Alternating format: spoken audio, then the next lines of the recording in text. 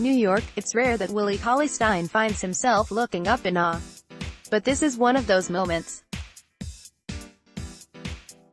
It's Friday night and the 7 feet 0 inches Sacramento Kings Center is standing inside the Brant Foundation Center, which is hosting a private, inaugural exhibition at its 16,000 square feet, New York location tucked away on Manhattan's Lower East Side. Cauley-Stein is here ahead of his club's matchup against the New York Knicks on Saturday afternoon, getting focused by immersing himself with his off-court passion, art. Right now, he's starring in Wonder. Before him are 16 pieces by the iconic American street artist, Jean-Michel Basquiat, lining a wall reaching over a story high. Depictions speak volumes to Cauley-Stein, who's an artist away from the hardwood. He's long held an affinity for street art, but seeing the work of one of the most influential American street artists in person is astounding. 70 of Basquiat's scribbled, primitive graffiti-style paintings are being housed here, spread throughout the wide, quiet rooms of the building, which, in its closing hour, is nearly empty. Cauley-Stein is eyeing the works along the wall, questioning how the canvases are stretched and how the placement for different designs was determined.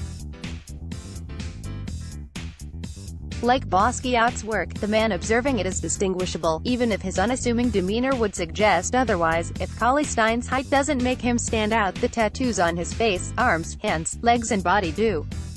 However, they are not the mark of Cauley-Stein's art obsession. On Instagram, @PROOFasortral, he's posted personal iterations of the Joker, Jimi Hendrix, a few landscapes, and other works, sharing a glimpse into his artistic talents. Similar to the way artists manifest their own styles through their work, basketball players offer a varied assortment of character on the court, touting individualized skill sets, shooting forms, wardrobes and personalities.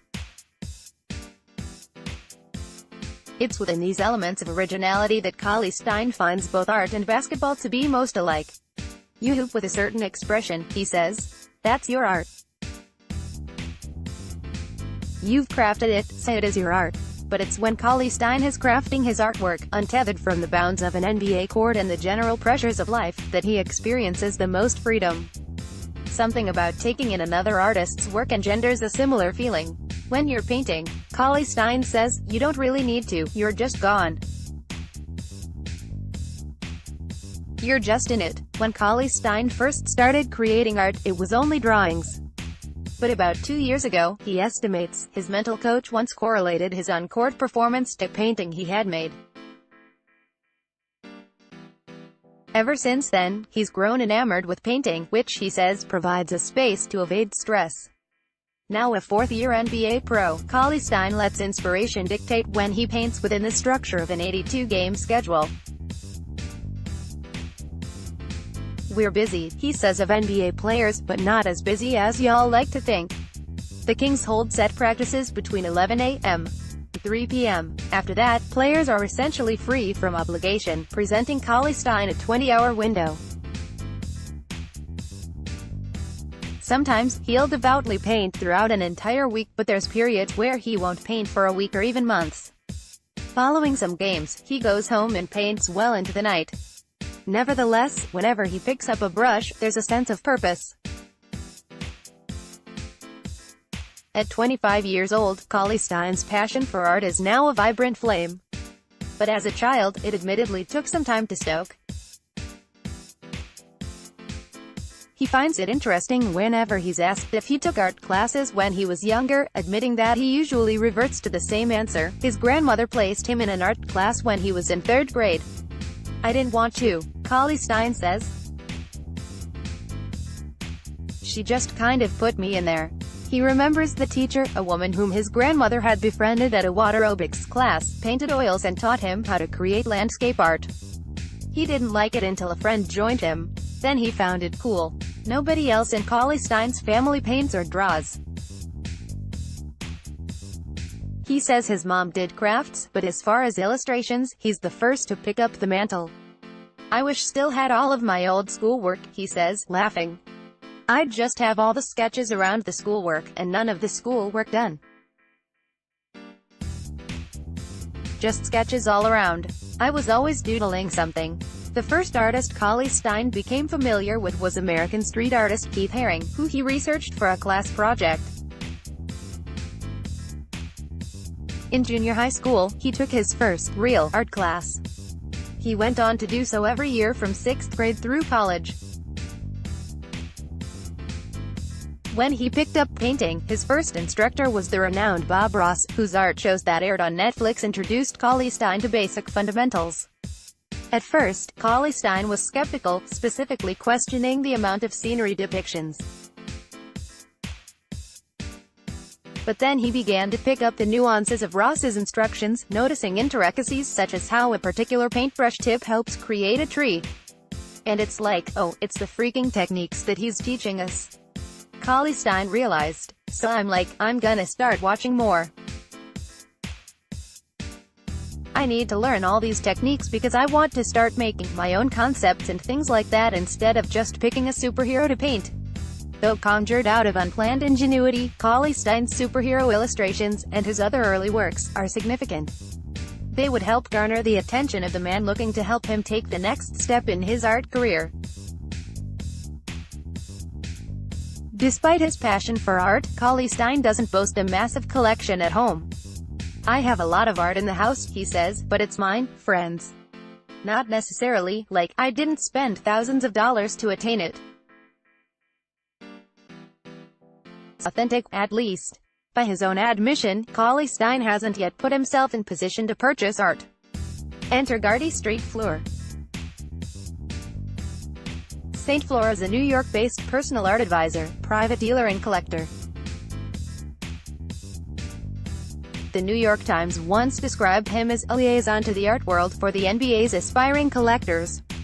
He works with several different NBA players, teaching them not only about art but also how to distinguish fine art from regular, understand its value, and how collecting can become a worthwhile investment. Most of the players he's assisted are older. His past associates include former NBA All-Stars Deron Williams and Alonzo Mourning. He's helped current NBA veterans such as Dallas' Courtney Lee, Houston's PJ Tucker and Minnesota's Jared Bayless. But he's also aided younger NBA players, including Miami's Justice Winslow and Brooklyn's D'Angelo Russell and Karis LeVert. "I don't work with everybody," St. Fleur says. "It's some players worth working with because they're so into it. But you want someone that really has an interest." St. Fleur, the son of a Haitian art collector and commissioner, aims to enlighten those he works with. In addition to meeting players, showing them about art galleries, and connecting them with artists, he sends them books, and shares links and videos to historic illustrations, pieces, and time periods. He even exchanges texts with players explaining how they can further their comprehension of art. Players do the legwork of St. Fleur's promotion. A player who collects art could mention how they're involved in art collecting within the locker room, piquing the interest of a teammate. Curious to know more, they'll inquire. It's a word-of-mouth net that, when cast, typically reels in those with a legitimate desire to dip their toe in the currents of the art world.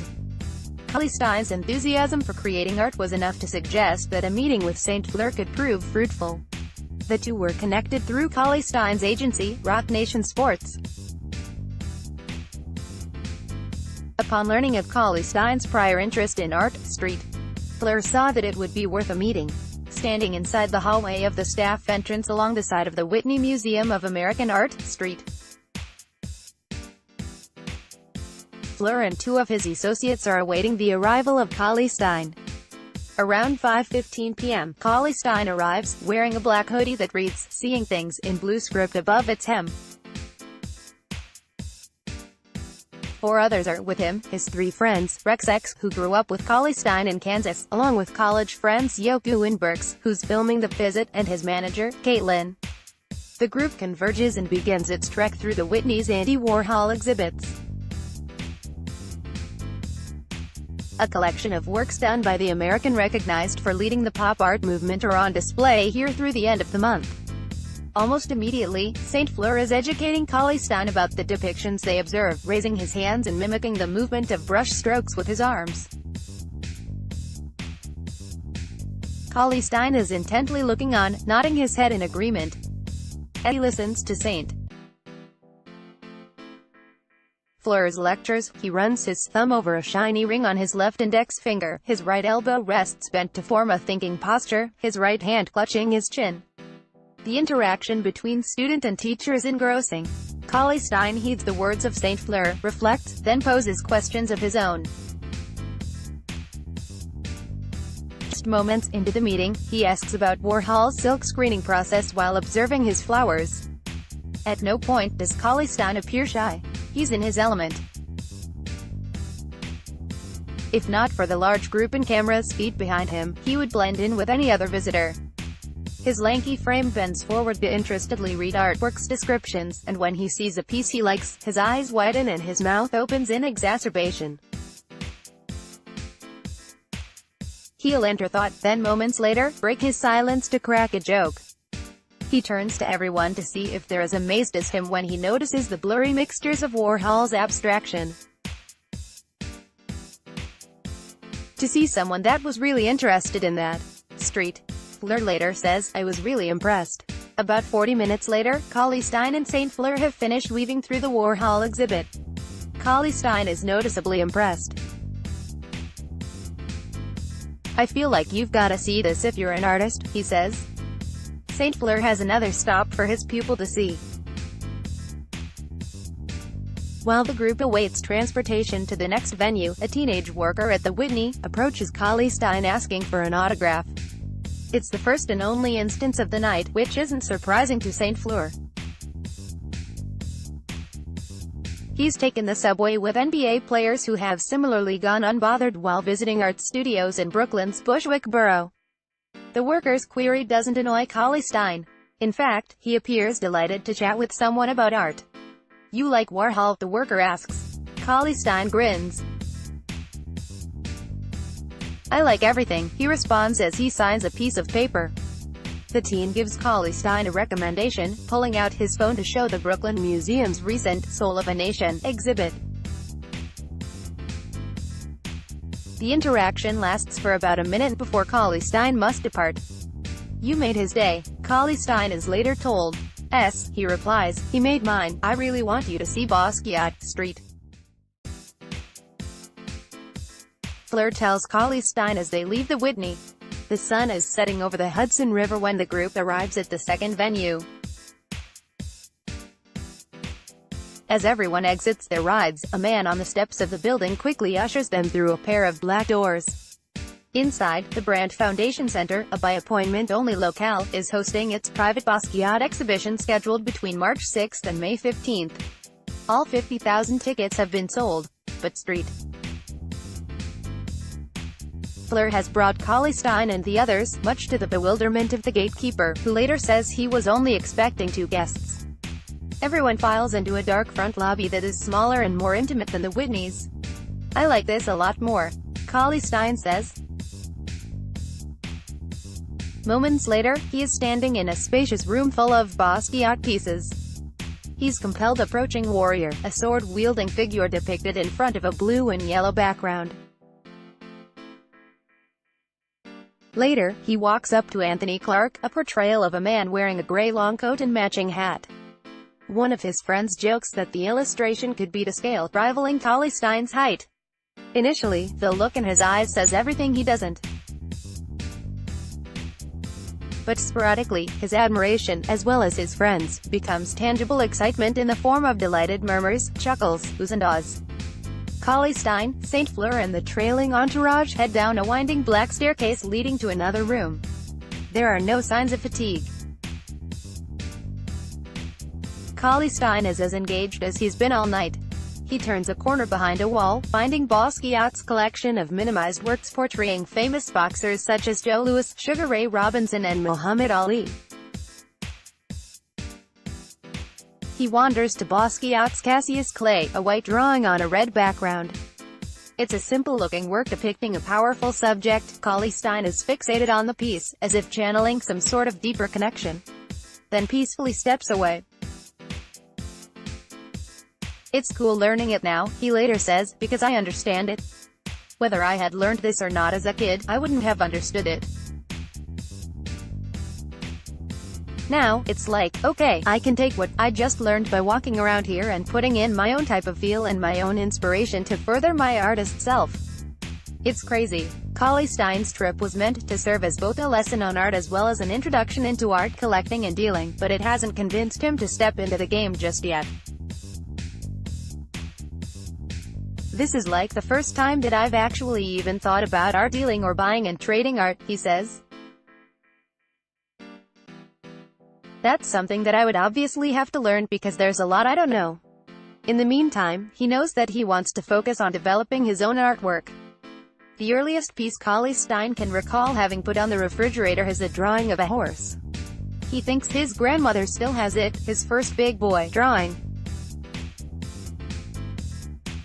Now, he aspires to one day have his work displayed in a museum.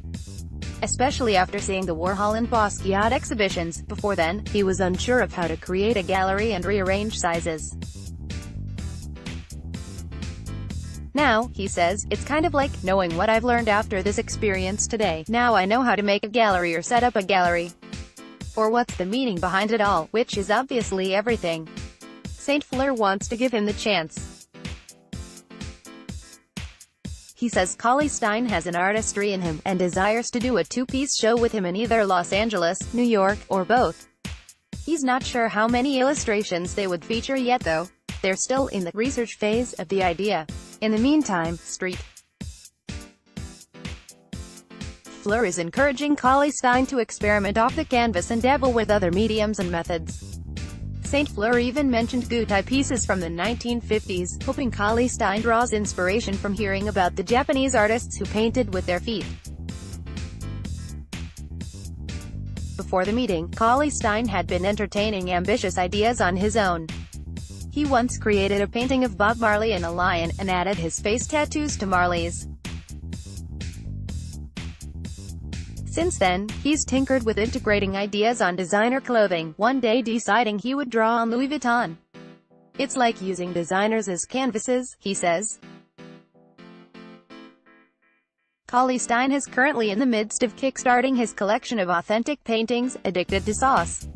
One piece depicts a syringe being dipped into a Louis Vuitton bottle, pulling out the sauce, as he puts it.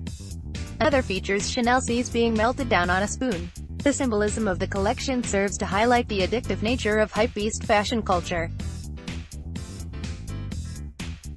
Cauley-Stein's journey has only further inspired him to invest in his own work. The first step is to develop a catalog of his original pieces. The next is to put it on display for people to see. Eventually, with his work, Cauley-Stein wants to incite the same fascination that he felt staring at the wall of Basquiat works just moments ago. As his tour of the Basquiat exhibit comes to a close, he stands next to one work, untitled Savoy, 1986, listed 94 by 136 half an inch, or 7 feet 10 inches by 11, 4.5, as he explains his vision. I want to have sizes like these, he says, pointing. Before, I was working on these little pieces. But now, after seeing this type of stuff, it's gotta be bigger. The bigger it is, the better it's going to look.